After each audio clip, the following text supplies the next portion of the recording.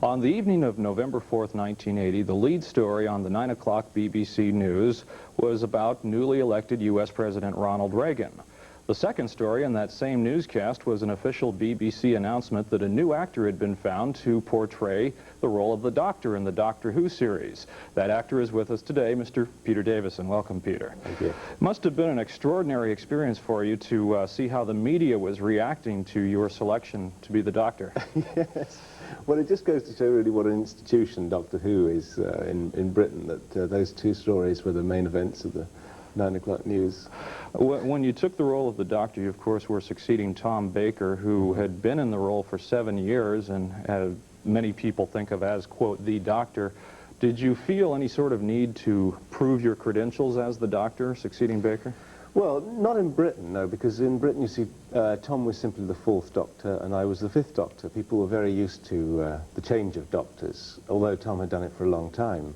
So I didn't really feel that kind of pressure in Britain. Coming over to America, of course, where people had really only known Tom, was a different matter. But even here, I found at least people were very welcoming when I first made an appearance, which was before I'd started work on Doctor Who even. How did you come to land the role of the Doctor? Well, I suppose because of the very fact I was known. I'd worked with the producer of Doctor Who before he was a producer. He'd been what they call a production unit manager on All Creatures Great and Small, which was, I guess, the series that made me known in Britain, and over here, actually. And he rang me up one night and told me that Tom Baker was leaving and asked me how I felt about being the next Doctor, to which I had no reply at all. I thought about it for a couple of weeks. So what did you have to consider? It would seem like quite an opportunity.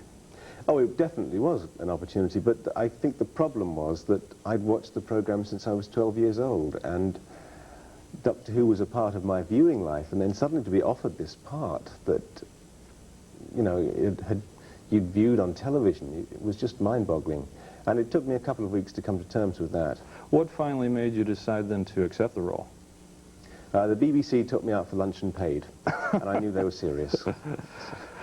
Well, now, has John Nathan Turner ever told you why he chose you out of all the other actors he could have chosen? Well, I think he once told me that he wanted a personality actor to play the part of the Doctor. I'd never actually considered myself a personality actor, but he reckoned that I was. He wanted someone more youthful, while retaining the eccentricity, and for some reason he thought I could do it.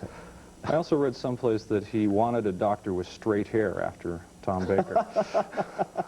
Well, that's a good reason as any, isn't it? I suppose.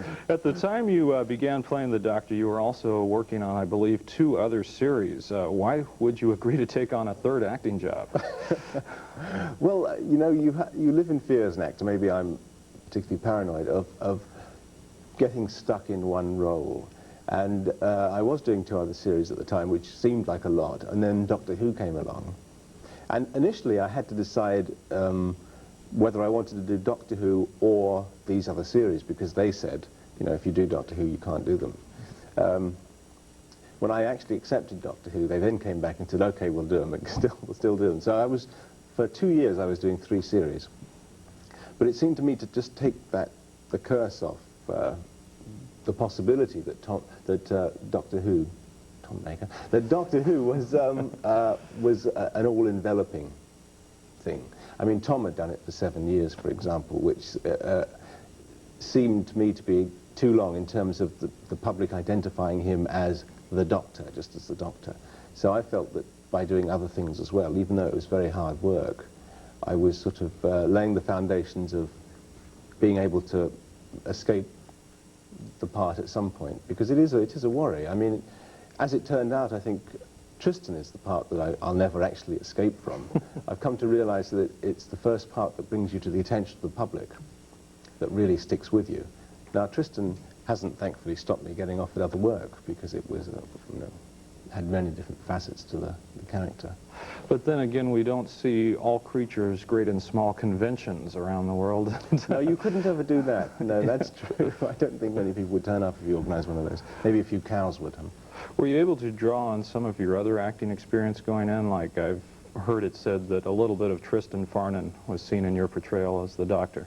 Well, yes. Well, you see, as I said, John, I think, cast me because of what he'd seen me in, which was all creatures, and therefore he did want an element of that. Also, I did a chat show shortly before I started work on the series, and they got various people along to suggest ways in which I might portray the Doctor. And one little boy got up and said, "I think you should be Tristan but brave." Ah. It seemed to me to be a good starting point. Did your youth, you were the youngest Doctor, did your youth have any influence on how you played the role? No, I was always a bit self-conscious about being maybe too young in my own eyes for the Doctor, so I didn't try and accent that at all. In fact, if anything, I tried, I suppose, to take the attention away from that, tried to sort of go in the other direction slightly. You know, I at times tried to be a bit grumpy, like I remember William Hartnell being. How much latitude were you given as an actor to develop your own portrayal? Did they give you just a green light to do what you want, or were you given very specific instructions? No, within the context of having the script thrust in front of you, I was able to do virtually what I liked, except some of the jokes got taken out. But I'd had no control over the script. I mean, apart from the first one I did, which was Castrovalva, most of the first season was actually commissioned for Tom Baker because it was done that far behind. So I couldn't go to them and say, "Look, I don't like this script, can you make it more like this?" But obviously odd lines that in rehearsal came up that didn't seem right, then you could change. So within that, yeah, I did have, you know, John just said, you know, create a character, which is a quite scarifying thing to be told to do when you're dealing with someone who is 750 years old and from Gallifrey.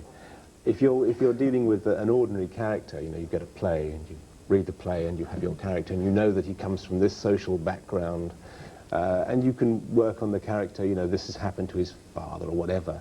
You can't really make many decisions about a Time Lord from Gallifrey. Flies around in a... Over your 3 seasons as playing the Doctor, how did the character evolve? Certainly it was different in the 3rd year than it was in the 1st year. Well, I think probably he just, I learned what I was doing more. It's as simple as that. Yes, I think I probably started to hold back on the elements I brought in the first season, which was, I remember I was a bit ratty with the companions the first season. That was, I thought, something that I would try and do because it seemed reminiscent of William Hartnell, and also went against the youth thing, because I was feeling virtually the same age as you know, the companions. I seemed to be in that bracket. So I didn't feel that kind of pressure. And I suppose it was simply the pressure of just feeling more freedom as the series went on. I don't think I made any other decisions about, any big decisions about what the Doctor would do. How long does it take to shoot a Doctor Who episode? It takes, you see, you rehearse for 2 blocks of 10 days. After the first block of 10 days, you will go into the studio for 3 days. And you'll record, in effect, 2 episodes, although you won't actually do them in order. You'll do scenes from all 4 episodes out of sequence and all jumbled up. And then you will go back into rehearsal for another 10 days and then another 3 days in the studio. Plus, if there is filming, the filming on top of that. Compared to other series you've worked in, what's it like on the set of a Doctor Who shoot? Is it any different? It's chaos. Absolute chaos, because no one, you're not doing it in any kind of logical order. Things are changed at the last minute because you know, the set hasn't been built in time, or the set, having been built, cannot be shot. So you can rehearse for 10 days, and then you'll go into the studio, and they will say, "Sorry, can't do it in that set, we're going to have to do it in this set, and could you come in from a completely different side?"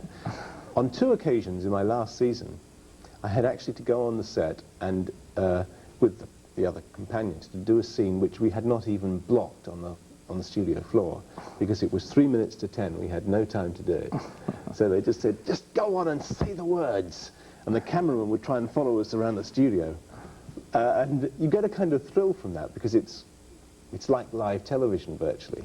But of course, when the people see the episode at home and see you sort of wondering what the hell's going on, they don't actually think that you've had to do it with no rehearsal. They just think, it's a bit odd.